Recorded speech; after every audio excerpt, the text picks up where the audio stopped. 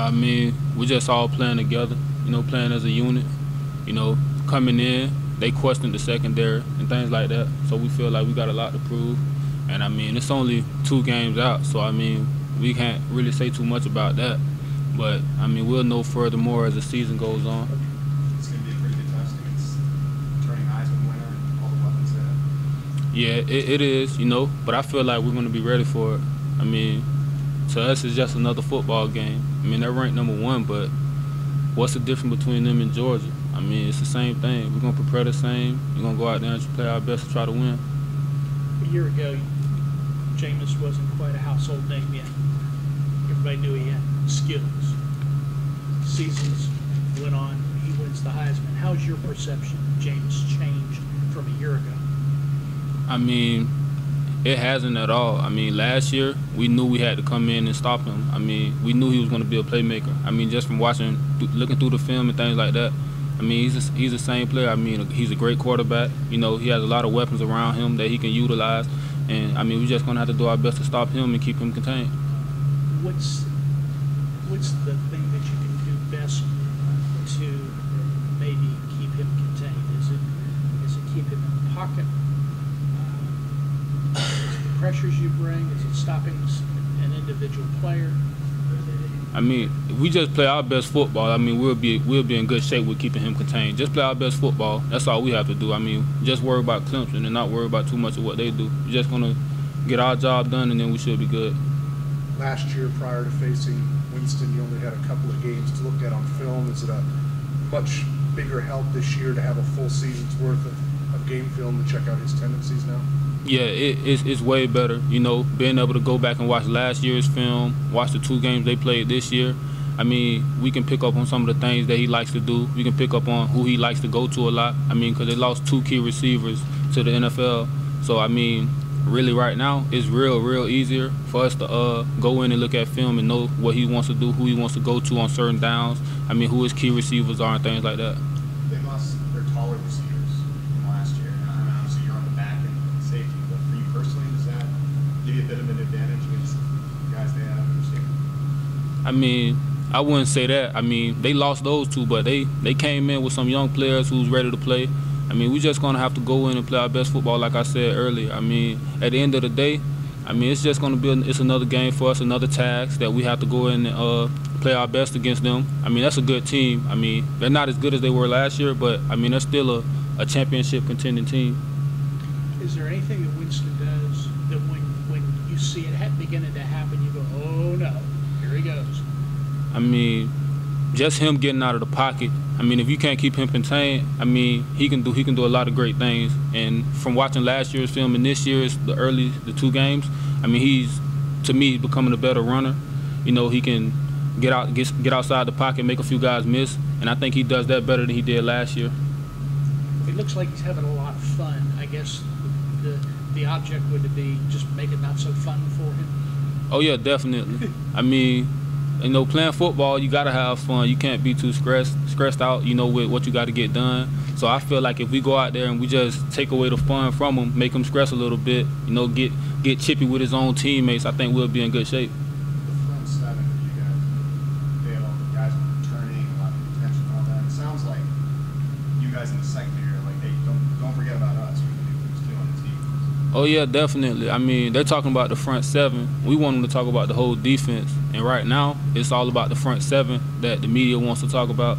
So we're trying to get it to the point where they're talking about Clemson defense instead of just the front 7, because, I mean, I'm willing to go to war with the guys in the back end with me, because I know the type of heart that they have for the game and things like that, the passion they have for it. So I'm just trying to get it to the point that I can lead, and try to get the media to start talking about the whole entire defense rather than just the front 7, because I feel like, I mean, we can win as a defense. We can't win as just a front 7, because if you don't have those guys on the back end, no matter what you do up front, I mean, it's all going to be the waste. It has only been 2 games, but Georgia really never got anything going in the past games after Ohio State getting going there. This is going to be a tougher task, but what's been different so far this year about not eliminating big plays and just being more sound? I think guys we want to be great. I mean, we just want to be great back in the back end. We take pride in winning our matchups, our individual battles. You know, I feel comfortable with McKenzie. I feel comfortable with Cordrell, Gary Peters. You know, I definitely feel comfortable with Robert on the side of me. You know, and when I come out the game and Jadar goes in, I mean, it's no drop-off. I feel like Jadar's a nice quality backup. He's a good player. And I feel like our whole secondary as a unit has came together, and we're ready for whatever. How good has McKenzie been in his first year? He's been real good, like you said before. He hasn't really been tested yet. I mean, he has a task this Saturday, which we'll be able to really judge on if McKenzie's back to his normal ways. How upset were you after that loss last year against this year? I mean, I was real mad. I mean, just coming in, you know, being ranked 3, I feel like we let a couple things get to our head, you know, with the further victories that we already had, and just I feel like we didn't really go in and play our best football. I feel like we let the media, you know, distract us and things like that. But this year, I know that they're number 1. I mean, you don't have too many opportunities where you're going to play against the number 1 team in the nation. And right now, we have the opportunity to go out there and get a win, you know, and break history. So, I mean, we're going hard in practice, the media, I mean, in meetings, things like that. We're just trying to go out there and show the world that, I mean, we're the same Clemson that we were with Taj and Sammy. I mean, there's no difference. I mean, we lost to Georgia, but I feel like that was something that we didn't play a full 4 quarters. We played 3 quarters and came out with 8 minutes left in the 4th quarter and let them dominate us. But I feel like we're the same Clemson, no matter if we got Sammy, Taj, it don't matter who we have. We're the same Clemson because we're going to always go out there and fight. After last year. I was going to say, with all that, does it make it hard to treat this as just another game because of what happened last year and maybe some of the questions you guys want to answer or points you want to prove coming into this week? I mean, you're right about that. I mean, it's hard to treat it as another game, but I have to go in like it's another game because, you know, at the end of the day, I can't treat this better than I would treat the South Carolina State game because it's the biggest game of the season. I mean, that's the game we're playing, so it's the biggest game of the season. But, I mean, just from what they did last year to us, I mean, that was an embarrassment. I mean, I didn't really play much, but, you know, I'm on the team, so I'm embarrassed just like the guys who went out there and played are embarrassed. And, you know, just looking through media, that's all they talk about is how they beat us 51-14 and things like that. You know, but at the end of this, a new season. You know, that's old. That's behind us. We're just ready to go out there and show the world what we can do. 8 o'clock. You talked about you went out that night after that FSU game with the guys. You kind of went over what could have been done better. Do you think that was the beginning of the secondary coming together and becoming a better unit? I would probably say it could have been, but I don't really think it was because the guys that I went out with, we weren't really playing too much.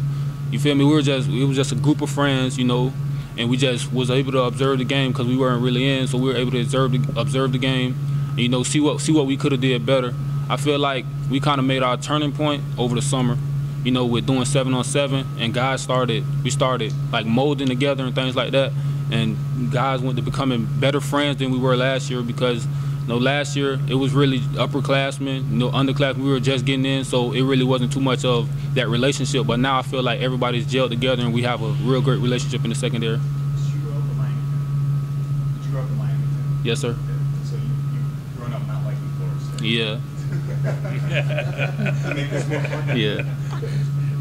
Does that make it more fun going out to Bill Campbell and Yeah. getting a chance to play that for the first time? Yeah, it does. I mean, the fun is in the winning. I mean, the thing that makes it more fun for me is that this is the number 1 team. It's an 8 o'clock game on ABC, prime time. All eyes are going to be on Clemson and Florida State.